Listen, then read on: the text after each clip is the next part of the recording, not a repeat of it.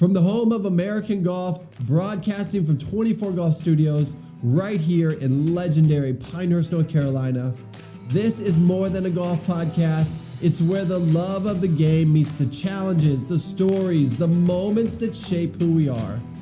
From tour pros to top instructors to influencers and everyday legends. Get ready for real conversations about golf, life, and everything that lies in between.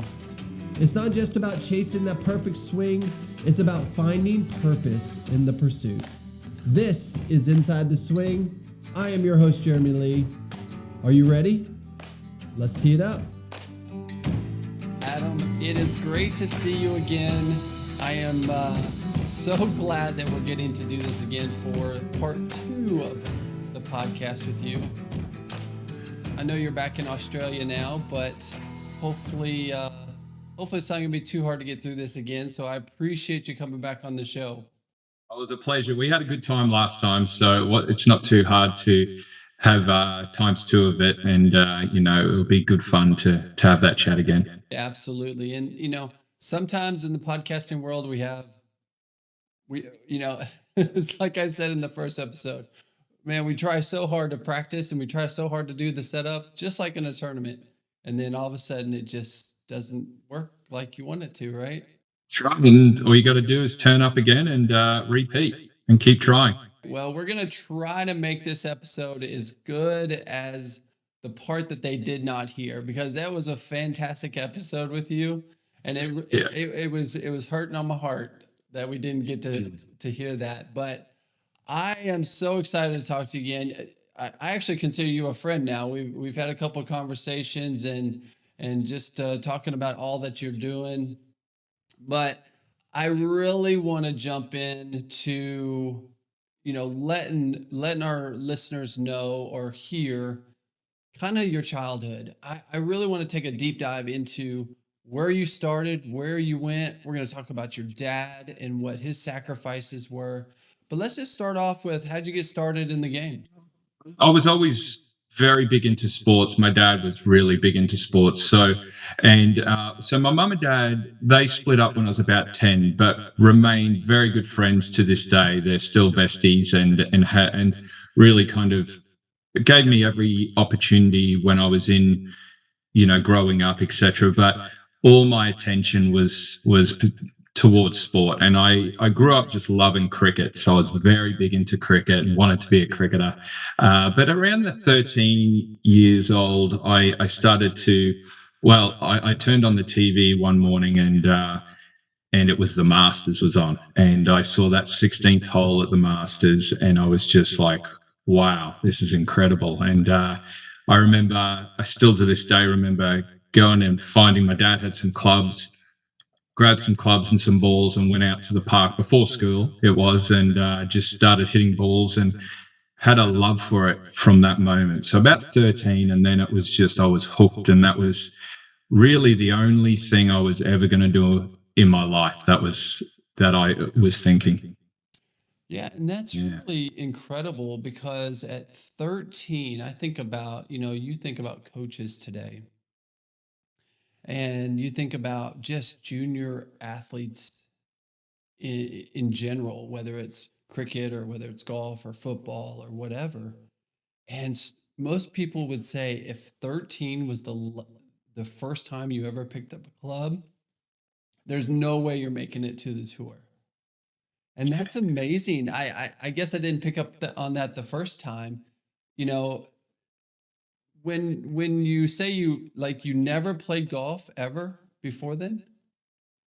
Look, I may have, like we all do, pick up a club in the backyard or hit something like when you're really young. But that's when I remember going to the golf course, and my dad was like, he was rapt because he was kind of into golf, and he was like, oh, beautiful. I could take my son out to golf a lot. So he would take me, and that's when I really started to, I remember just being obsessed with it then and focusing on it and going to before school, after school, and having that, no matter what, this is what I'm doing. So that love grew from there, and probably to a little detriment towards my schooling and other things. But I had that that one single-minded kind of thought of trying to become a professional.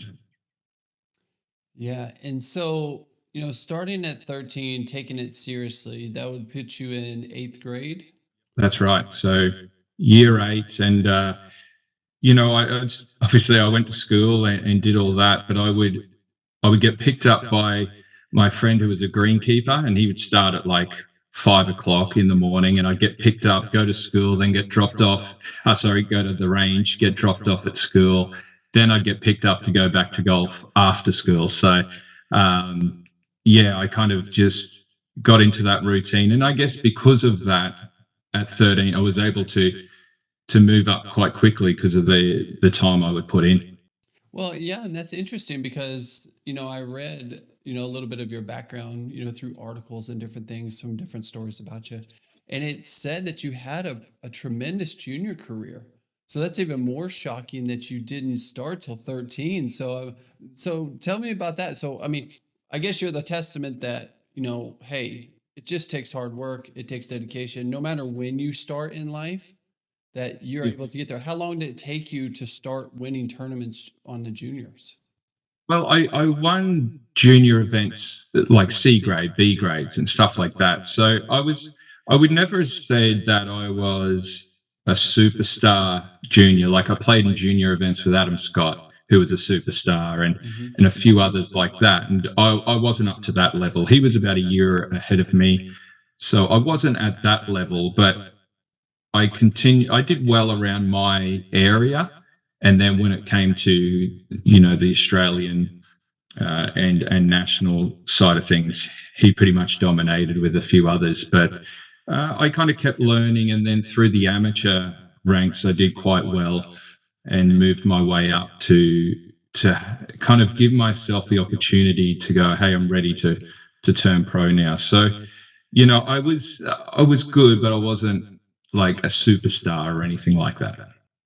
Well, that brings me to the sacrifice that your dad made. And in reading that story, tell us a little bit about kind of what led up to that, and tell us about what he did for you as a junior. Yeah, so I guess it got to the point when I was showing a bit of promise that I was doing well in my area at the time, and my dad had a really, a very good business as a mechanic and run his own shop. But it was time to go and move to Brisbane, and which was a bigger area against better players, and just see where my golf was at, if I was able to take it to the next level. And so he had to sell up his business, and he kind of went on that journey with me. And I guess he was single, so he could do that. And we kind of had that journey together. So we moved to Brisbane, which was about 9-hour drive from where I lived, in a kind of smallish town area. And so we moved down to Brisbane, and then from there we were able to kind of play against the best players, the Adam Scotts or Jason Days and these type of players, where that was where I was going to be tested. And through that he got a job which was down in Brisbane, and he kind of we kind of spoke about it, like he was going to work to give me the opportunity to fulfill my dreams. So I took that on board, and I would just practice and play events. And so I was essentially like a professional amateur, where I was preparing myself for the professional ranks as an amateur, and just learning and making Queensland teams, etc. So he sacrificed a lot for me to have the opportunity, and it was I tried to reciprocate it as well, by putting in the effort. Now, with that, is Brisbane that's just where all the tours were for the juniors? Is that the reason that was the location you chose? Yeah, so you'll have Melbourne, Sydney, Brisbane, our main capital cities within Australia, and that was kind of the hub where, in my state, which is Queensland, we were able to go. And I guess, like, you were outside of California, let's say, and you went into Los Angeles or San Diego to play against the bulk of the best players, to see where you were at. Yeah, that's amazing. And how important, looking back, how important do you think that sacrifice that your dad made was to you? Yeah, well, it was essential because when you're 17, 18, 19, there's a lot of distractions in life, and together we kind of had a pact where I was able to stay on course and make the sacrifices to, and I had someone with me who had that goal in mind as well. So I had a very good mentor, being my dad, who we were chasing a dream. And if I got off track with friends or whatever it would be, or not practicing hard enough, he would just say, "Hey, remember what the dream is here, and let's stay on track and keep pushing through." And we'd have hard days where it wasn't working out, and tough times, but we continued to focus on what our goal was. And the goal was always to turn professional and play golf on a tour around the world. And he would caddy for me. So yeah, moving forward, that was able to happen. Well, I just think about that. I mean, most parents would be like, okay, professional golfer, okay. What do you think, Yeah. you think it was just your skill set of how quickly you got good, or what do you think, where do you think the belief that he had in you, or is he just that type of dad that, hey, I'm all in? Yeah, I think there was a bit of that. He committed to giving me the best chance. So that was one. But also, we were talking about this as we've kind of moved on a little now. Is I definitely, like I said, I wasn't the superstar guys who were out there, but I always had a belief I was going to make it as a professional golfer. And I guess because I believed, he believed, and we kind of had that kind of belief with each other. And yeah, it was I was never going to do anything else in my mind, and I can't think of a moment thinking back like, oh, you know what, I'll give this up and try and do something else. It was always I was going to try and achieve that, and I was all in to try and achieve it. Yeah, Mm. that's, you know, I think about that all the time. Is I actually, I was kind of similar to you. Is I kind of picked up a club when I was 10, maybe did a couple little things, but I never really kind of got into it. I was a big football player, and I guess if I'd known I would be as tall as I am now, I might have stuck with football. But golf's been very, very good to me, and I was kind of the same way. I was just, now I never even got to your level in the junior ranks, but I believed that I would be in golf somehow, some way. But you know, when you see how good you guys are on tour, it's I tell kids today, if you can't shoot 64 on your home course, you probably have no chance. And you probably still don't have a chance because that's probably a 6,500 yard course, and they're shooting 64s on 7,500 yard courses. So it's a big world change. So as you got into out of high school, where did your journey take you? Did you do college or did you go straight to the pros? So got I had some representatives come from Minnesota, and we had a chat about going there, and really thought about going there, but had a good chat with my mum and dad about that. And for no reason, we just went down one more year as an amateur, and then I turned pro. Uh, I think for me, it was a really good route. I went to Asia and spent a lot of time the next lot of years over there. And one of my friends went to Minnesota and had a great time and a great career and made it onto the PGA Tour. So there's no right or wrong. It's just the decision I made. It gets a bit cold up there too. So probably good for me to stay in Asia. Yeah, no kidding. That would have been quite the climate change going from Minnesota or going from Australia to Minnesota. Whew. Yeah.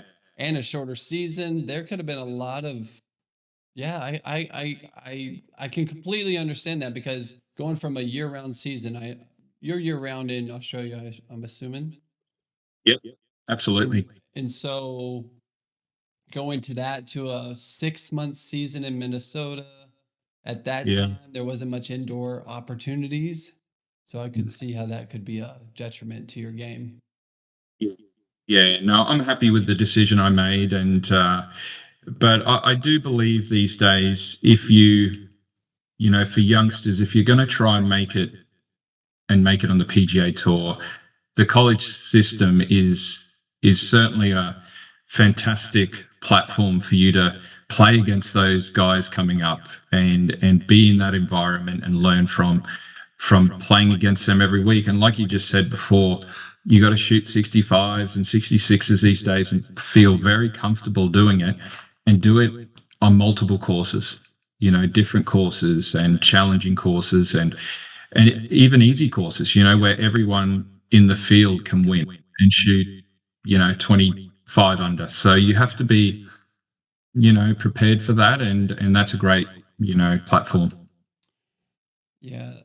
Whew, man, it's in there. And I tell you what, one of the kids that are coming out straight out of high school, this Blades Brown kid that's playing Yeah. on the Corn Ferry Tour.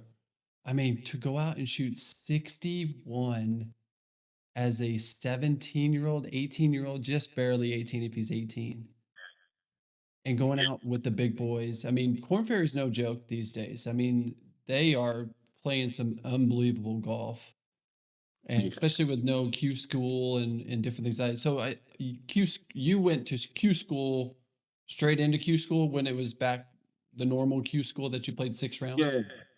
Yeah, exactly. 2000, the end of 2010 was like top 25 would get their US PGA Tour card, and then 26 to 75 got their nationwide, which is now Corn Ferry. So, yeah, that was the route back then, which I kind of liked. It gave you that opportunity, but the best players will always rise to the top, whichever avenue they have to take. So it is certainly challenging these days to get at the top, but again, the best will make it. Yeah, and for those of these, for those of our listeners that Q School may not even understand what Q School is, because it's kind of that way. You have to go certain ways to get into Corn Ferry.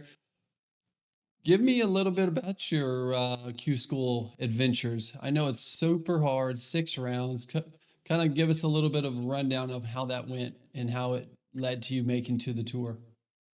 Yeah, so I got an opportunity through finishing at a certain position, I believe, in Asia. So it might have been top 10 on the order of merit in Asia, gets you to the second stage. So there's 3 stages, I believe, back then. First, second, third, and final stage is in Florida, 6 rounds. And I had to go to the second stage, which was in Bear Creek in California. And I got through there just like a whole little 4-footer on the last to make it to get to the final stage.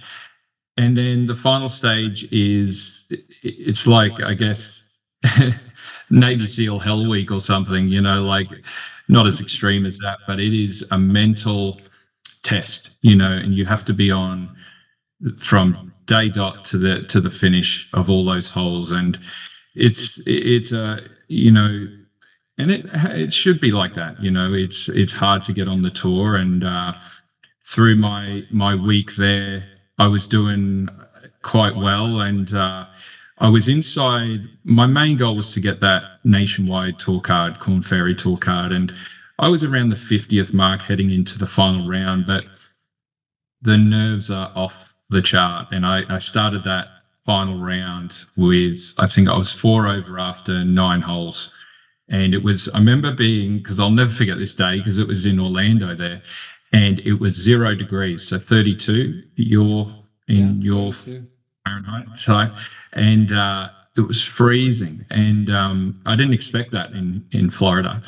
And so we went out. It was 4 over after 9 holes, and it was kind of Dad and my dad was caddying, and we went into this back 9, and I just felt like, I think I said to you before, like a boxer, against the ropes, just getting punched and putting up his defenses. And I was like, if I can just stay, standing up and just one shot at a time, just try to get this back. And my goal was to shoot 4 under the back 9.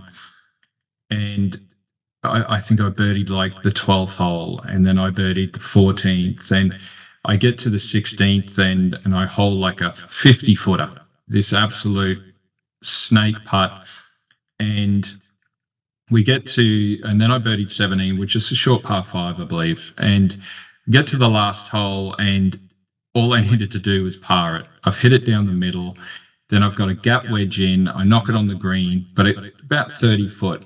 And we've got the big screen TV projector there, and I know I've got to two-putt this to come 74th and get my tour card.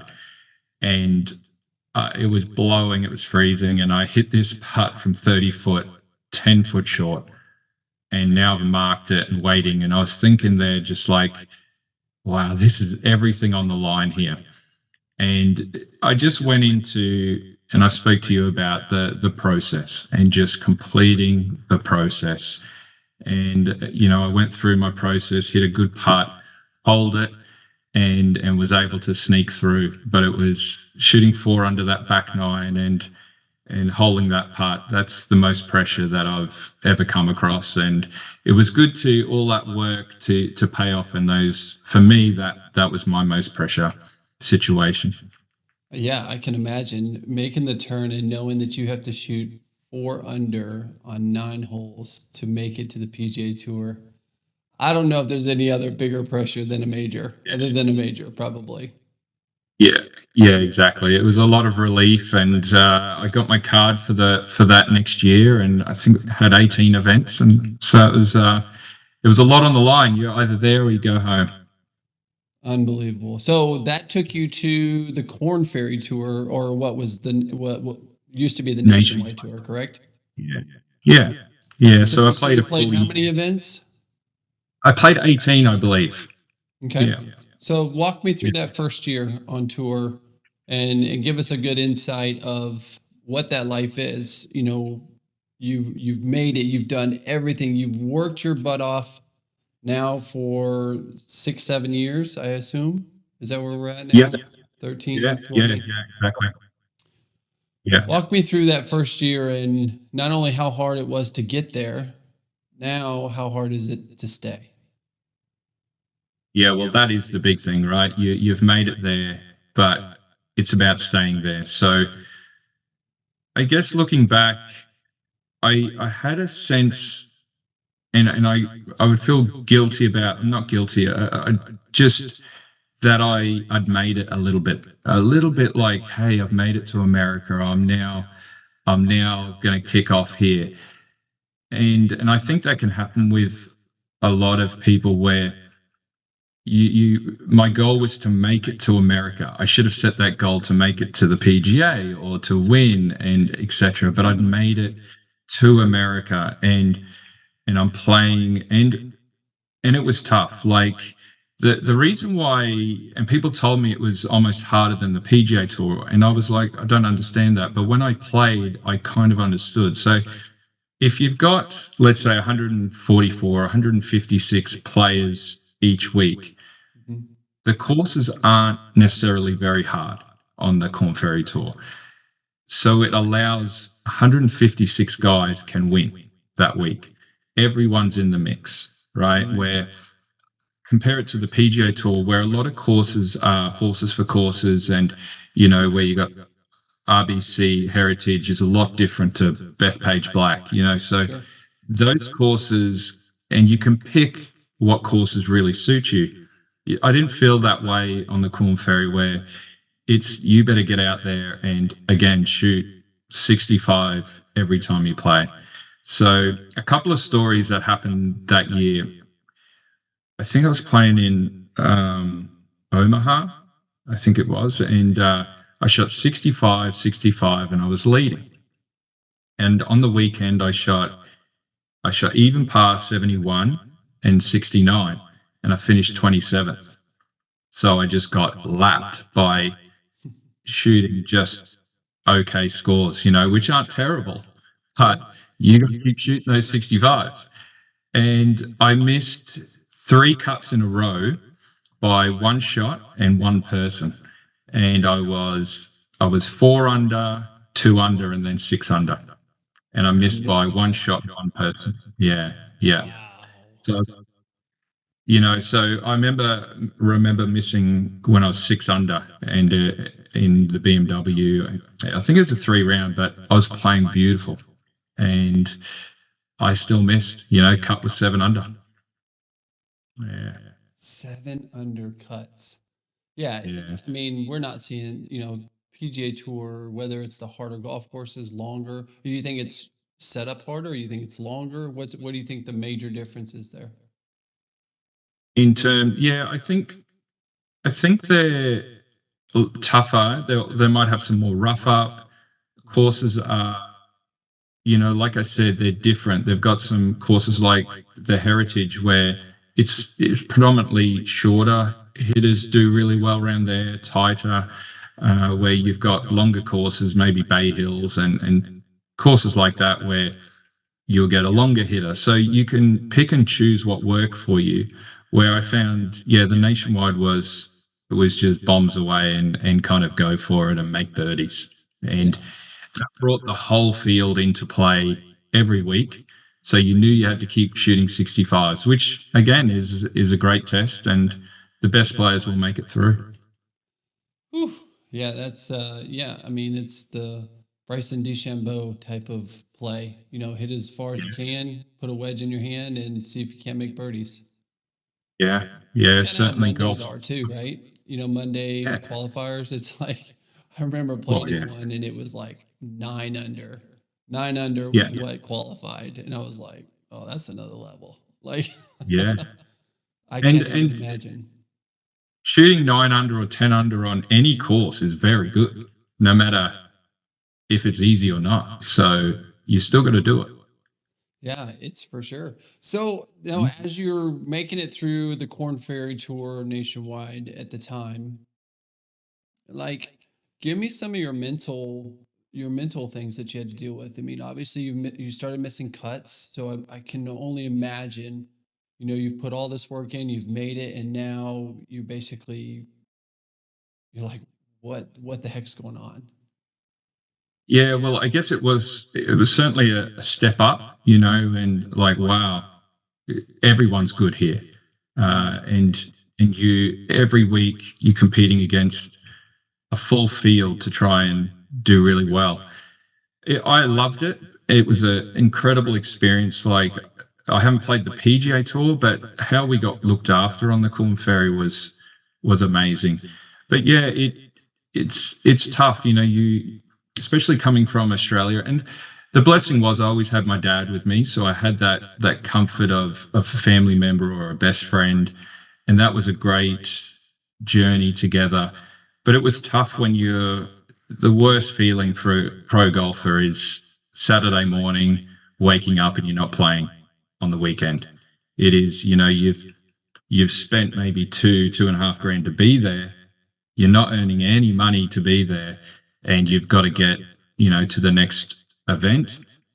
But more importantly, you've got to figure out why it's not working or why you've missed a cut. How can you get better? And you just go and work on the game. But practicing when everyone's out playing it's really tough. But every pro has been through it, and it's just about knuckling down and continuing to keep working on and figuring out what's going on. So it's very tough though. That Saturday morning is always a tough one when you're not playing. Yeah. So, are you sticking around the practice area there, or are you moving on to the next course? You know what? Usually I would do some practice on the Saturday. It's a bit of a kick in the butt to watch those guys go into tee off and Sure. you're practicing. That can be that can hurt, but it's almost like, okay, well, that's where you want to be. You keep working on this, and then you would maybe that Saturday or the Sunday head on to the next event so you can get there early and prepare well for that next event. Yeah, and so you mentioned, you have $2,000 or $3,000 into an event, and you're walking away empty-handed. Is this through entry fees? Is this travel? talk to me a little bit about sponsorships for these early players that just make it onto the tour, onto these Corn Ferry Tour. How difficult is it for them to grab sponsors? Is that are they taking some of the hit, or is it all on you? Yeah, so on the Corn Ferry, you'll get through your equipment sponsors, they'll give you some sort of contract, and everyone's on a different, contract depending on your background and how you're going. Sure. More so if I relate it to the Asian tour, because that's where I spent like 15 years. So if you're traveling from Australia over to Thailand or to India and China, usually you would be spending, at least two to three to a grand a week, let's say US, for flights getting there, and then you're spending another 500 on accommodation. Then you got your caddy 500, so it adds up quite quickly to 2.5, US dollars a week. We would earn US dollars there, so we'd work on that, and so that's kind of like your outward before you even tee it up. Mhm. And then when you're teeing it up and you miss 3 cuts in a row, it starts to weigh on you, like, hey, and that's the big pressures with a lot of guys, that it does become monetary, and that's an added pressure to the game. It's not just playing amateur golf or just down the road with your friends now. It's like, wow, I've got to support myself to get to the next event, or my family. But that's where you can get good sponsors, and a lot of the time I was very lucky to get over to Asia. I had 5 guys from my golf club who all put in 10 grand and gave me a start with 50 grand to go over to on tour with my mind clear. For 3 years they gave me this contract, and I was able to play with their support and freedom to allow myself to play golf.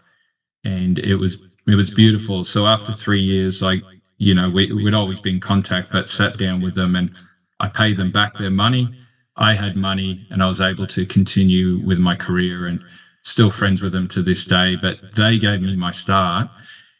But that's kind of like, that's the key for these young guys. It's, you have to create a brand with yourself and ladies, sorry, but a brand, and remember, you do need the support to kind of get there. It's too hard to just play on tour on your own money.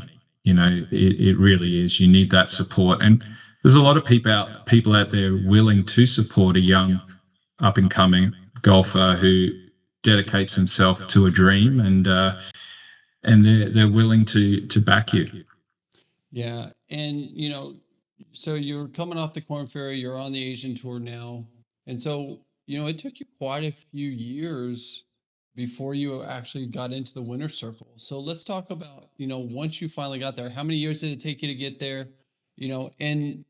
And how hard was that grind? I mean, I know the competitive nature. Yeah, if you're making money, you're enjoying life, different things like that, but everybody wants to win, and that's what drives this. So talk to me a little bit about your first win and how long it took you to get there. Yeah, well, like you're saying, I did quite well as an amateur, and I kind of got in that winners circle quite a bit, and was used to it, and came on tour. And my first event, I finished 14th, and over in Malaysian Open, and I was like, okay, this is good. I'm going to move on up, and I just kept trickling up there and stuff. And it took me, I had some seconds. It took me 12 years before I won my first event, which was in New Caledonia, the South Pacific Open, on the Australasian Tour. And then I won a couple of months after that the New South Wales Open, which was a big one, and got like the domestic Australian PGA Player of the Year. But it took me 12 years to realize that dream. So you certainly think, am I ever going to do this? And along the way, I had a great time and had some good results. But like you say, we all want to win. And apart from a few people like Tigers and Jacks and maybe Scotty Scheffler, it's hard to put a everything just on those wins, because you don't win very often, right? It's the pinnacle, and we all want to do it. But good results could be a top 20 that week, a top 10, and you've played your best. It's just people have played better. So uh, continuing to get confidence out of what you're doing, I think, was a big thing in my career, and just keep pursuing the ultimate, which was a win. Yeah, and in today's world, so are you fully retired, or you have any aspirations to keep playing and playing into senior events, or what's the future look like Well, for you? yeah, I'm 43 now, so I've got 7 years before the seniors. So Mm-hmm. I think it's time now to spend that time with the family. I've got a 6-year-old and a 2-year-old, and look after them. I do have some thoughts which I'm putting together about a golf tour company where we take people to beautiful destinations and iconic courses around the world. So that's definitely something I'm pursuing at the moment, which will be fun, and a good way for me to still play golf, and build my network and people's network, and play golf around the world. So I think we'll focus on that for now. And I feel like after the 20 years in my career, I wrung out every inch of me in the game. I got the best I could get out of myself, and my goal was always top 50 in the world, but I got to 226, I think it might have been. So that's the best I could have done. That's what I gave it everything, and I'm happy to hang my hat on that. Yeah, and that's something to be so proud of. I mean, just think about that for a second. You're the best in the world. 223rd in the world is I mean, it's like such a small percentage that are better Yeah. than you.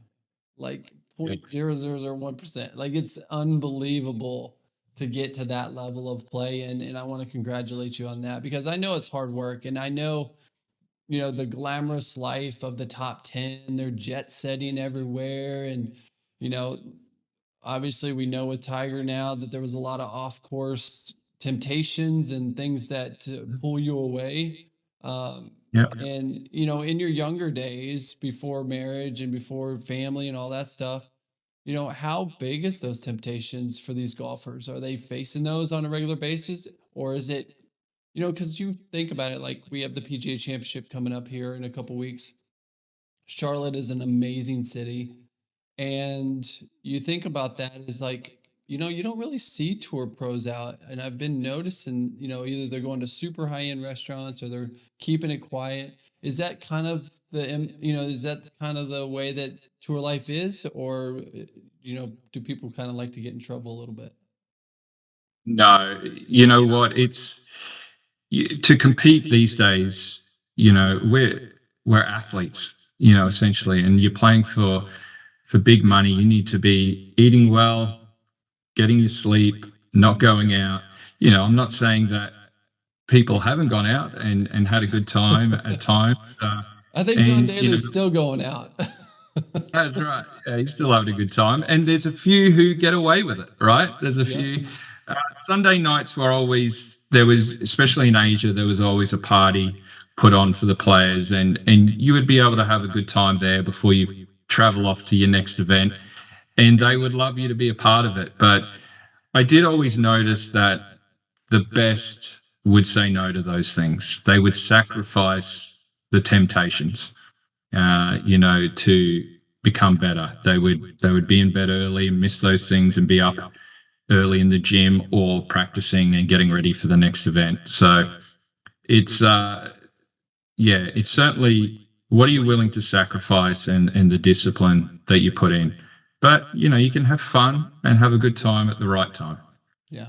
No, I love that. And I think, you gotta, work hard, play hard. But like you said, I mean, there's millions of dollars on the line now.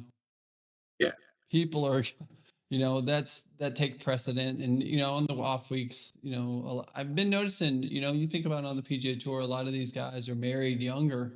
Um, you Yeah. know, y- Golf just doesn't have that kind of playboy lifestyle. It doesn't seem like, but I mean, golf has evolved, especially since COVID. I've started to see a lot more golfers in commercials. And I love that. I love to see that here in the US because, golf is one of those, oh, it's an old man sport, those kind of things. But I don't think it's that way anymore. It's unbelievable the growth of the game. And I don't think it's been that way for a long time, but it's, I think from Tiger on, he taught people how to be athletes and focus on their fitness. And, not to say they didn't do that before, but never to the level it seems like today's players are. I think there's so much out there now with podcasts, etc., showing that the fitter physically you are, the better mentally you are.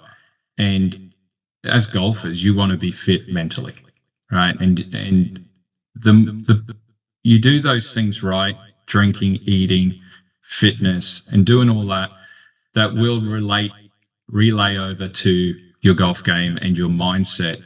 And golf, I always say to people, golf's a marathon, a mental marathon that you have to keep that focus going for.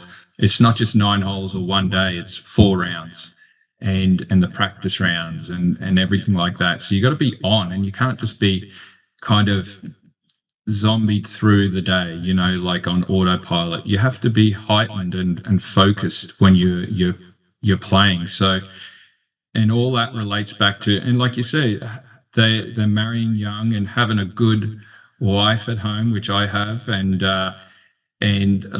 making sure that you got that good home life. That always makes things easy. Just like sponsors and eating right, drinking right, all of that is paramount to your results in golf. Yeah, I mean, just look at your career. I mean, it's been about support around you. Your dad supported you early. He was your caddy. You had a couple guys at your club support you. I couldn't agree with that more. I mean, you start having financial stress that, or a family that doesn't understand the amount of travel that's needed, that's just too much pressure. And I know great players that I thought I would see on the PGA Tour, and they just didn't like being on the road. Their families didn't like them being on the road. I mean, it's just a much tougher life than I think people realize, especially for those who are outside of well, I guess it would be top 50 now. I mean, top 50 are making serious money now. Yeah, I think you're right on that. Is people will have a judgment in like, oh, you're just traveling the world playing golf, and on the surface it does look like that, right? But you, like you said, you have to have the people who understand, the wife, the girlfriend, the husband, or whoever it may be. Is they need to understand your lifestyle and the commitment that it takes, and that's not easy because that's not for everyone. So finding all that, and there's a lot that goes into the background of becoming a professional golfer, not just how well do you hit the ball. It's controlling your mindset and the disciplines that you have in your life, and having that. I think Scotty Scheffler is a really good example of that, isn't he? Where he just looks like he goes home and chills with his family. He's not really into the high life. He just goes and plays golf, and he's just on that really nice level. And I think, surely Tiger, there's a few who've got away with those things in the past, but 99% of the people who do really well, on that really good support, good home life, and dedicated.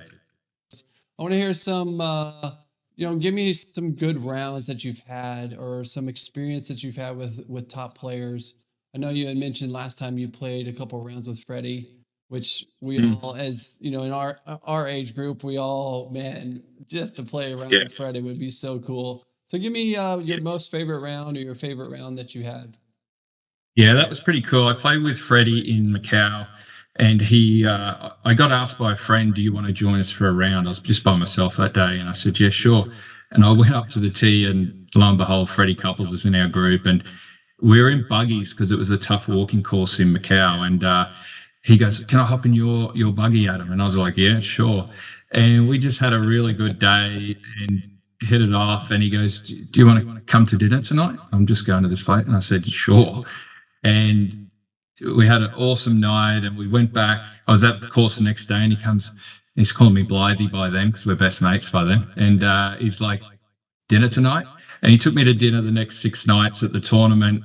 Then 2 years later, and like I said to you, he knows a million people and sees a million people. And I see him on the range in Korea, and my dad's with me on this occasion. And I was like, I was a bit worried about walking up to him and will he know me? How friendly should I be? And he turns around and he's like, Blythy, and he runs over and gives me a hug, and he takes us to dinner again. So, and I just noticed I got a lot out of him because that was like my first year on tour, and he kind of took me under his wing, and he just had 5 minutes for everyone. A volunteer, or you're the president or of the golf club, or whoever it was, he had time for you. And I was like, I'm taking that on board because I thought that was such a great way of being. He was a cool dude, and still is. So yeah, and I played some practice rounds. A good one, the British Open I made in 2008 I played practice round Greg Norman and Adam Scott, which was really exciting, and I got a lot out of that. Davis Love, I played with another practice round there, and Ernie Els in Fiji. So I got to play with a few of my golfing idols, and along the way, I played in events with Tiger, but not with him. No. So, but you have to hit the range with him and see him hit the ball. Yeah. So, and before we go, I want to, thinking about where you were as a player and where a majority of the players are on tour. When you see a guy like that, is it like you want to see what he's doing, or you're so focused on what you're doing? But also, is it mental? Because all of you guys are really good. All of you guys are phenomenal players. But when the pressure's on, do you think the difference maker is mental? 100%, yeah. But I think it's a belief in your system and what you are doing. On the range, you're not going to tell the difference between good players or great players. Everyone hits it really well, and especially with today's technology, you can get around a lot of things like dispersion of drives, etc. So it then comes down to the mental side, and stuff like Scotty Scheffler and Tiger Woods, whatever they've got, it'd be good to bottle, right? And it's a belief in themselves and their system. And how you really do that? Well, a lot of it comes through practice and belief in seeing it be done. It's, just saying I'm going to be this or I'm going to do that. That's kind of hoping and wishy-washy. You have to earn it through, firstly, practice, but then competing. Competing is the biggest thing against players that are better than you, competing in tournaments and playing, the 18th, and you're leading by one, and putting yourself in those positions, because doing it in your home course or with your mates is not the same reality. You have to be putting yourself under pressure a lot of the time, and finding out, does your process and system and your swing hold up under that? And holding putts under pressure, 5-6 footers, and however you can do that in practice the best you can. And for me, I'll put yourself in every tournament you can, even if it's a Wednesday comp. Just keep putting yourself with a card and shooting scores, because that's what golf is. Can you shoot a score? Absolutely. And can you shoot a score when it matters? When it matters. Yeah, no, I agree with that. And it's so, and as an individual sport, it's really hard to create those pressure situations on your own. I guess, just trying to figure out ways to do that. Any sort of suggestion on that for anybody who's an up and coming player, of kind of an example of how they would put pressure on themselves on a practice round or when they're practicing? Well, firstly, find out who's the best in your club and play with them all the time, right? And once you overcome that person, or if you're the best now, who's the best in your area? Who's better than you? And be honest. Like, are they beating me? Are they better? keep playing against them and keep playing, because if you want to be a professional, you're going to have to take on everyone from around the world who is good. So if you can't beat your close area or the people in that vicinity, they're the people you should be playing against. And from there, you're going to feel pressure because you're going to want to beat them. And if they keep beating you, that should annoy you to go and practice harder and work on things and figure out why he or she keeps beating me. And then practice with purpose within your range sessions or putting.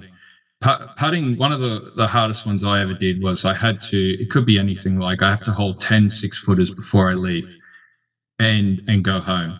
And that's the most annoying thing, because you could get to the last one and you miss. One time it took me 3 hours to get home, and I was under the floodlit lights. But it's also a discipline to go, like, am I going to leave and give up on myself here, or am I going to finish this task, right? And sometimes it would take ages. Sometimes you get it first go. But I guarantee you will feel nerves when you're putting those last 2 putts, because you just want to go home.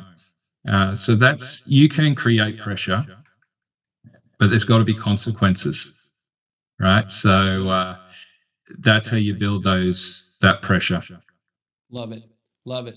Well, congratulations on an amazing career. And again, we can't thank you enough for coming back on the podcast for our part 2 of our episode. With all of your new ventures with your travel company and all those different things, let our audience know how they can get a hold of you, and how they can keep following you and keeping up with you, and maybe eventually even be a client of yours in the future. Well, for now, before we do we're going to do a website, but it's Instagram, Adam Blyth Pro Golfer, and that is the best way. And if you want to reach out to me, I'm happy to chat. And yeah, I've thoroughly enjoyed it. Thanks for the opportunity to be on your podcast, mate. And you're doing such a good job over there. It's like you said, I'm glad to be a mate now, and we'll keep in touch. Absolutely. Now with this new company, I'm excited. So when you guys come back to Pinehurst, I'm going to be jumping in on your group. 100%. You got a spot. Oh, I love it. I love it. Well, as always, we always want to thank you for your support around the world.